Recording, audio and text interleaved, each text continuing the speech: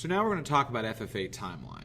So these are the events that help make the FFA what it is today, from its very quick start to its basic snowballing down the hill to being the world's largest youth organization. So remember, only copy down what you see the pen and marker emblem on, and the struggle is real. All right, so in 1917, the Smith-Hughes Act was passed. So basically what it did is it provided career and technical education funding. So these two guys, Smith and Hughes, decided, hey, we got a lot of kids and a lot of people that really need to get educated on how to be engineers and farmers and agriculturalists if our country's going to grow. They passed this to make that all available in regular public education. So if you take a computer class, nursing, carpentry, ag, any of that, that exists because of the Smith-Hughes Act. It basically made it so all CTE exists in school systems. And outside of it having this really enriched and scary picture there, and that one secretary who does not look happy to be there. It's a really cool undertaking of what it meant to develop our program. So it was 1917, Smith-Hughes Act. In 1928, the FFA was established. Like I said, it started in Kansas City because that's where the first national livestock expo was. So what they ended up doing is saying, hey, we're already here already, let's start a club. So in 1928, the first FFA met at St. Louis, Missouri, at the National Livestock Summit. It was really interesting because there was already future farmer clubs in Virginia and North Carolina and several other states, but this became the first paramount national club for youth. 1929, the national blue and corn gold were adopted as their official colors. Remember, it's not blue and gold or blue and yellow. It's national blue and corn gold. They chose that the next year when they had their second annual meeting. This is my face when you're not paying attention. Fun fact, that cat's actually named Tartar Sauce. It's a girl, and she makes her family about $5 million a year annually. That's why I always look at my cats and go, what are you doing for me lately? So in 1930, 3 years into it, we officially adopted the Creed, written by E.M. Tiffany. So he basically wrote this 5-paragraph speech, which we can still say today. It's only available for first-year FFA members. It's essentially every paragraph starts with I believe, and it talks about how agriculture is changing and developing. If you're interested and you like to say speeches, we love a Creed speaker this year, so keep us in mind. In 1935, what happened was, we talked about, only white men were allowed to be in FFA. Well, in 1935, all the black men in the South said, hey, this is awesome, we want to be involved. So they started their own club called the NFA, the New Farmers of America. But ladies, they still did not allow you to be involved. That's all right. We all know girls run this mother now, right? But back then, not so much. The NFA started, no women, and it was just for African American males. But it got very, very visible. Just like corn was chosen for the FFA because corn was grown in all 50 states, the NFA was basically just a southern agricultural club, so they chose cotton because cotton was grown in all the southern states. Instead of being blue and gold, national blue and corn gold, it was black and gold. That's what they chose as their colors. So the New Farmers became almost as big in the South as FFA was, and they met all those same goals FFA was meeting, and it grew because there was nothing like this in the world. No chance for kids to be involved in a national organization. In 1950, Public Law 740 passed, and what this did is it gave the FFA a federal charter, which meant not only could it apply for tax exemption, because there was a lot of money coming in from all these kids, but it said that every school that had agriculture had to have FFA, which is why Clayton does, because of Public Law 740. If there's ag, there's FFA. We're intracurricular, like we talked about earlier on this semester. They're together. They run hand in hand. So, Public Law 740 said that it has to have 3 facets through a program. The classroom, which is what we're doing now. The FFA, which is what we've talked about. And SAE, which we've also talked about, or will talk about soon. Which SAE essentially basically breaks down to supervised agricultural experience, which is your chance to take what you're learning in class, out of class, and into the world. In 1965, FFA and NFA merged.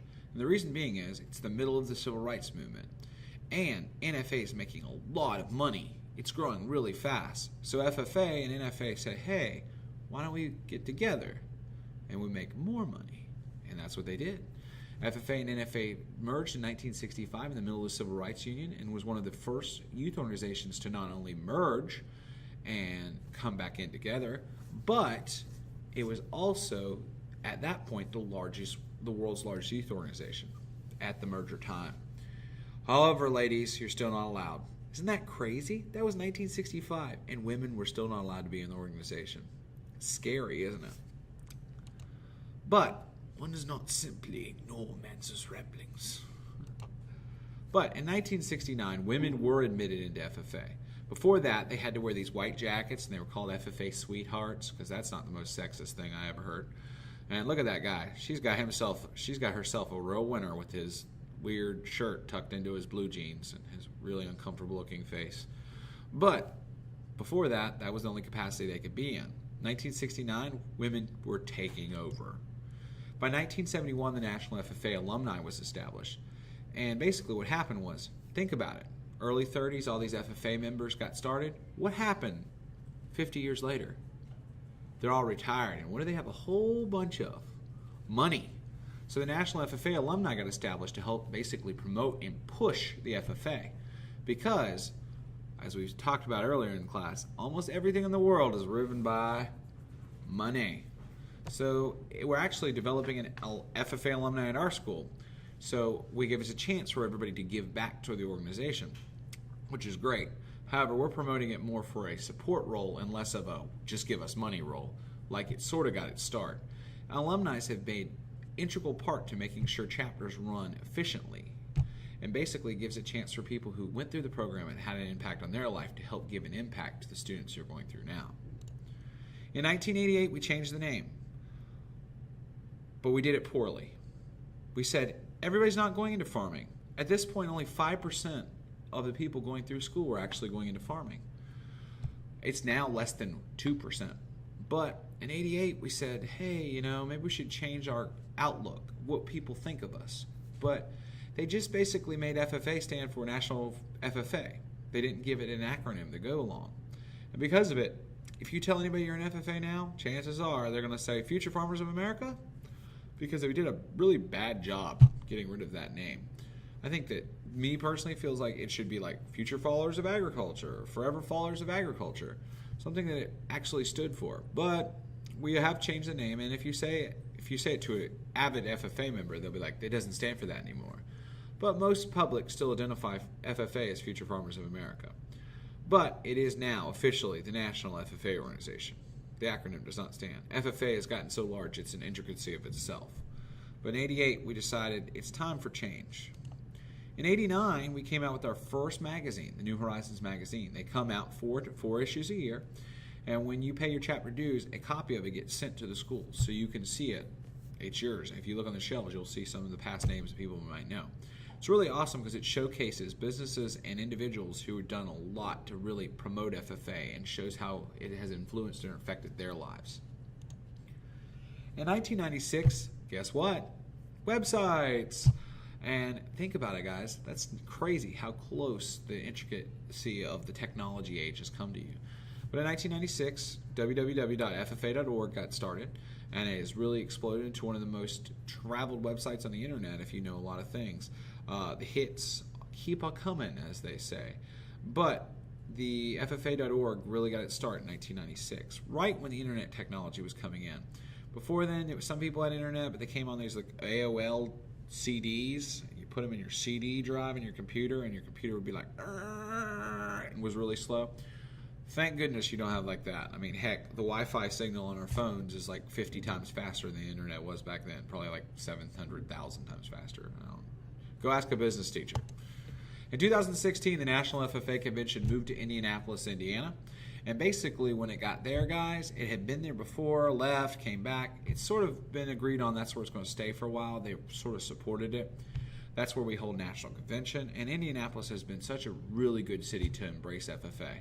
Because, like I said, when you have 60 to 80,000 people come to your city for a week, not only is it a big economic boon once a year, but gosh, you can only imagine the impact it has on the community. We do a lot of service projects, etc. So Indianapolis is all in for FFA at the National Convention site. All right, and here's your final slide of the day. This is the retro pick. This handsome individual right here is Mr. Manzer, as a sophomore in high school when I was a regional officer on my first regional officer team. So thought I'd pull that one out of agent. And you could tell how glossy it is. That's because that was on an actual photo and not a digital photo. Yeah, us dinosaurs took pictures too. They just took a while to develop. I think this might even been taken on a disposable camera. Ooh, gosh, scary stuff. Well, that's all for today, guys. Make sure you go back and hit any notes you need to go on, and we're looking forward to learning more, getting into some cool content in this class. Appreciate it.